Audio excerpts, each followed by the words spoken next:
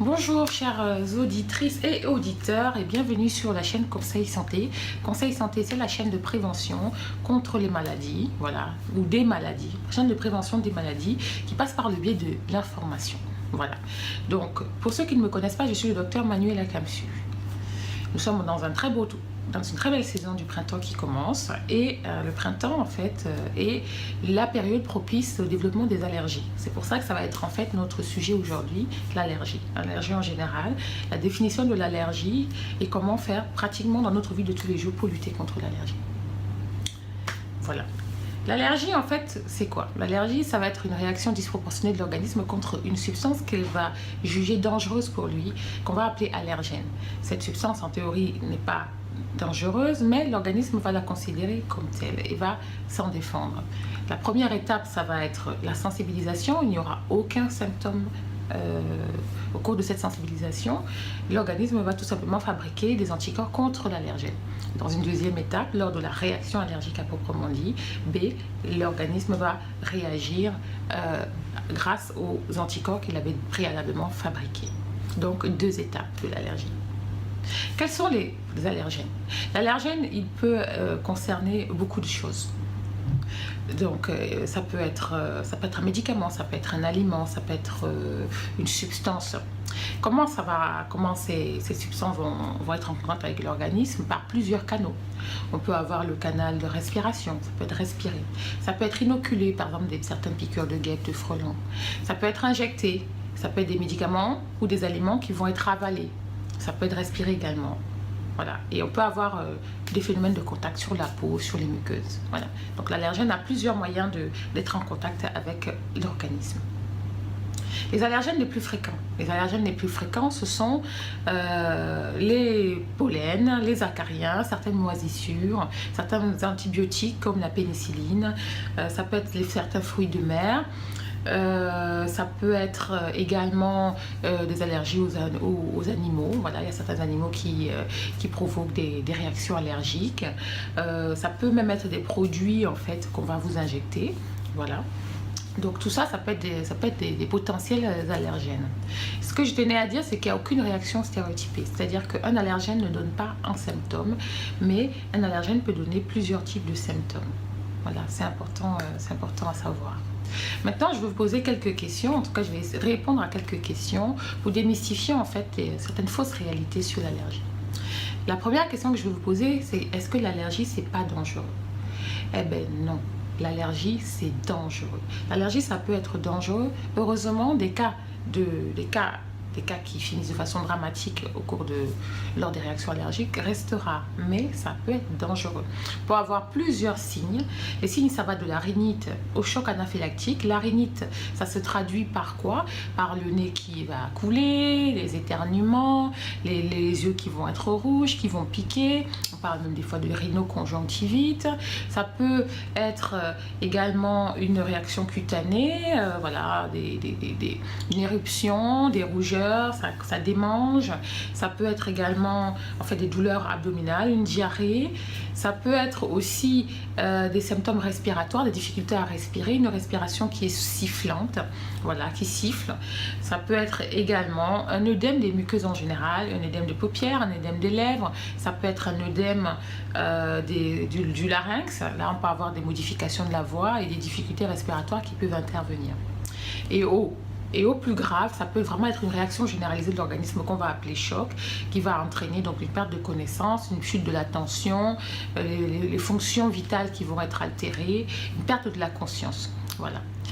Donc maintenant, je vais poser la deuxième question qui est est-ce que l'allergie c'est contagieux? La réponse c'est non, l'allergie c'est pas contagieux. Pour avoir une allergie, il faut être en rapport avec un allergène contre lequel l'organisme va réagir. Mais c'est pas parce que j'ai une allergie que la personne qui est juste à côté de moi va avoir également une allergie. Ce qui est le contraire, par exemple, de certaines maladies infectieuses. Voilà. Donc, la troisième question que je vais vous poser, c'est par exemple l'allergie aux animaux telles que les allergies aux chats. Est-ce que c'est le poil de chat qui donne cette allergie ou ça peut être autre chose? La réponse, c'est que ce n'est pas le poil de chat à proprement dit qui donne l'allergie, c'est une protéine qu'on appelle la protéine FeLD1. Cette protéine FeLD1, c'est une protéine qui est sécrétée par les glandes sébacées, par la peau du chat, par les squames, qu'on retrouve dans les squames, dans la salive, dans les larmes. Voilà. Et le chat, comme il a l'habitude de se toiletter via sa salive, il s'en met sur les poils, et c'est pour ça qu'en fait, on a l'impression que ce sont les poils de chat qui posent problème, mais en réalité, c'est cette protéine FeLD1 qui est présente en fait un tout petit peu partout dans tout ce qui est liquide sécrété par le chat. Voilà. Et la dernière question que je vais vous poser, c'est est-ce que l'allergie, en fait, c'est héréditaire? L'allergie n'est pas héréditaire à proprement dit, mais on a un terrain qu'on appelle un terrain atopique. C'est-à-dire que dans une famille, quand on a des gens qui présentent des allergies, le père, la mère, excusez-moi, les frères, les sœurs, on a peut-être plus de risques d'avoir l'allergie. Mais l'allergie n'est pas héréditaire à proprement dit. Voilà. Donc ça, c'est pour les questions qui peuvent être posées. Et maintenant, en fait, quelle est la procédure? Comment on fait pour savoir qu'est-ce qu'on fait lorsqu'on a une allergie? La première étape pour savoir qu'on a une allergie, c'est déjà d'être informé. Vous avez peut-être des symptômes qui vous apparaissent de façon stéréotypée. Quand vous êtes en contact avec des animaux, vous éternuez, votre nez coule, vous avez les yeux rouges. Donc maintenant, j'espère, vous savez qu'il s'agit possiblement d'une réaction allergique. Ça peut être les animaux, mais ça peut être également tout autre allergène ou tout autre aliment que vous aurez pu ingérer et que vous avez commencé à remarquer que vous avez une réaction très peu après l'ingestion. Voilà. Donc en fait, l'information c'est la première chose. Il faut que vous soyez sensibilisé et que vous sachiez, voilà, moi j'ai peut-être une allergie. La deuxième chose, vous allez voir votre médecin. Votre médecin va dire, je pense que je suis allergique. Donc le médecin va vous examiner, il va vous parler de votre passé médical, connaître un peu qu'est-ce qu'il en est dans votre famille. Pour ceux qui ne le savent pas, j'avais fait une vidéo sur la consultation médicale que j'invite à regarder. C'est une consultation, c'est une vidéo qui en fait déroule en fait comment ça se passe, une consultation, et c'est quelles questions on peut nous poser lors de la consultation. Voilà. Donc le médecin vous allez avoir une consultation et le médecin peut également réaliser des tests cutanés pour pouvoir dépister, savoir de quel allergène précisément il s'agit. Voilà. Il faut savoir de quel allergène précisément il s'agit. Donc le médecin va réaliser des tests cutanés. Il peut vous envoyer chez un spécialiste qu'on appelle un allergologue. Voilà. Il peut également être réalisé des tests sanguins. Voilà, des prises de sang pour faire le diagnostic. Et ensuite, le traitement de la crise, lorsque vous êtes en crise, que vous avez des symptômes qui sont là, on peut vous donner des antihistaminiques, donc ce sont des médicaments qui vont lutter contre certaines substances qui sont fabriquées au cours de la réaction allergique. On peut vous donner un traitement corticoïde. Pour ceux qui donc font de l'asthme, on peut leur donner des bronchodilatateurs, donc c'est certains produits qui vont permettre de faciliter le passage d'air dans les bronches et de soulager la crise. Voilà ce qui peut être fait au niveau ponctuel.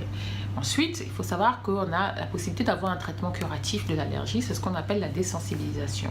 Mais attention, la désensibilisation, c'est pas tout le monde qui peut en bénéficier, il y a certains critères. C'est un traitement long qui nécessite vraiment une adhésion du patient et une complète compréhension de ce qui se passe. Le principe de la désensibilisation, c'est quoi? On va vous mettre en contact avec des quantités de plus en plus importantes de l'allergène, dans le but en fait qu'au final, vous ne fassiez plus de réaction. Donc ces quantités peuvent être administrées par la bouche, par voie sous-linguale ou par injection sous-cutanée. Voilà. Mais c'est vraiment le véritable traitement curatif de l'allergie. Mais pour ceux qui ne sont pas éligibles à la désensibilisation, qu'est-ce qu'on peut faire de façon pratique dans notre quotidien contre l'allergie en fait? Ce qu'il faut faire contre l'allergie, ce que je préconise de faire contre l'allergie, c'est de prendre soin de notre domicile, donc de l'aérer régulièrement. Voilà. Et en toute saison, il faut aérer le domicile au moins 15 minutes par jour. Il faut, par exemple, s'assurer d'avoir une bonne température à l'intérieur, entre 19 et 20 degrés. Il faut s'assurer, en fait, de ne pas avoir d'humidité, parce que l'humidité va être propice au développement de certaines moisissures. Voilà. Il y a certains appareils même qui sont là pour lutter contre l'humidité. Il y a même d'autres appareils qui permettent de recycler l'air dans le domicile. Ça peut être des appareils qui peuvent être utiles. Ensuite, de façon pratique, votre literie, si vous avez... il faut vraiment s'assurer d'un nettoyage régulier de la literie, d'éviter tout ce qui est plumes, tout ce qui est peluche par exemple pour les enfants lorsque vous avez un terrain allergique. Bien sûr, si vous avez des animaux de compagnie et que vous êtes allergique aux animaux de compagnie, bon voilà, il est possible que vous ayez à vous en passer. Voilà.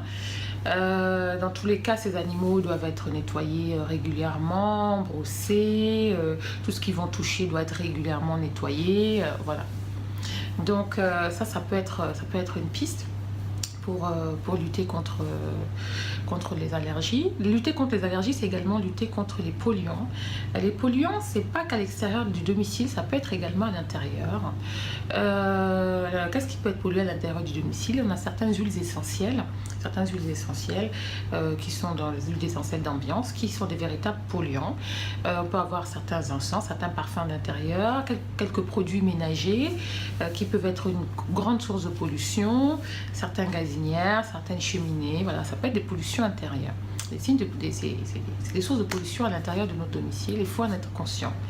Évidemment, si vous sortez, il faut éviter de sortir en temps de pic de pollution, il faut éviter de faire du sport par exemple. Si vous allez faire une promenade dans un parc en revenant, il faut se nettoyer les vêtements, les cheveux, pour éviter qu'il y ait le moins de pollen possible sur nous. Voilà, ça peut être des choses assez pratiques. Donc, prendre soin de sa literie, prendre soin de son domicile, prendre soin de l'air qu'on va respirer dans le domicile, faire attention à celui qu'on va respirer donc à l'extérieur. Voilà. Donc, en ce qui concerne les allergies alimentaires, il faut arrêter donc de consommer l'aliment en question. C'est vraiment le principe de toute allergie, c'est de supprimer l'allergène. C'est vraiment la première chose qu'on va faire, c'est d'identifier l'allergène par l'information, par le diagnostic, et ensuite le supprimer. Ou en tout cas essayer de réduire au maximum dans notre quotidien. Voilà. Pour ceux qui ont des allergies alimentaires, donc arrêtez donc l'aliment qui est en cause, mais faire également attention quand vous allez au restaurant ou que vous commandez des plats à domicile, si vous ne maîtrisez pas la composition de ce que vous allez manger, parce qu'il y a certains plats en fait qui sont faits avec certaines épices qui contiennent par exemple des cacahuètes ou des œufs, on ne sait pas trop en fait.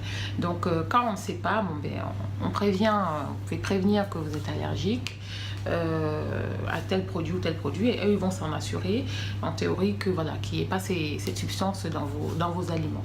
Ça peut être important. Voilà, je pense que j'ai fait le tour. Voilà, sachez que l'allergie c'est un sujet en fait qui concerne beaucoup plus de monde qu'on ne le pense. Ça peut être handicapant, ça peut également avoir une issue fatale. Bien heureusement c'est assez rare. Les patients qui ont fait des réactions déjà très sévères à l'allergie, des réactions allergiques très sévères, ont à leur disposition une trousse de secours que je conseille et que les médecins leur ont conseillé de garder avec eux. Cette trousse de secours contient notamment un stylo, c'est un stylo d'adrénaline injectable qu'il faut s'injecter dans la cuisse la plupart du temps, qui permet de réguler l'allergie.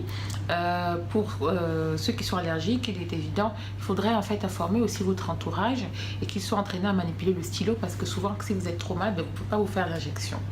Et si vous avez eu l'occasion, vous avez des symptômes qui vous ont poussé à donc utiliser ce stylo, je vous invite donc quand même à aller voir votre médecin ou de rentrer dans une structure, même si vous avez utilisé le stylo, pour qu'on puisse vous surveiller et pour que vous soyez le plus en sécurité possible. Voilà.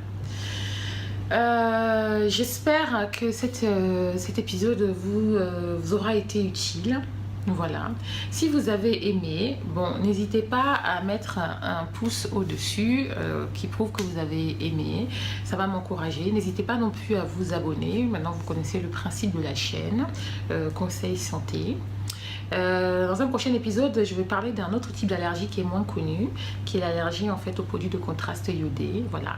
Donc je vous donne rendez-vous au prochain épisode et en attendant, je vous souhaite une très belle journée. Merci, au revoir.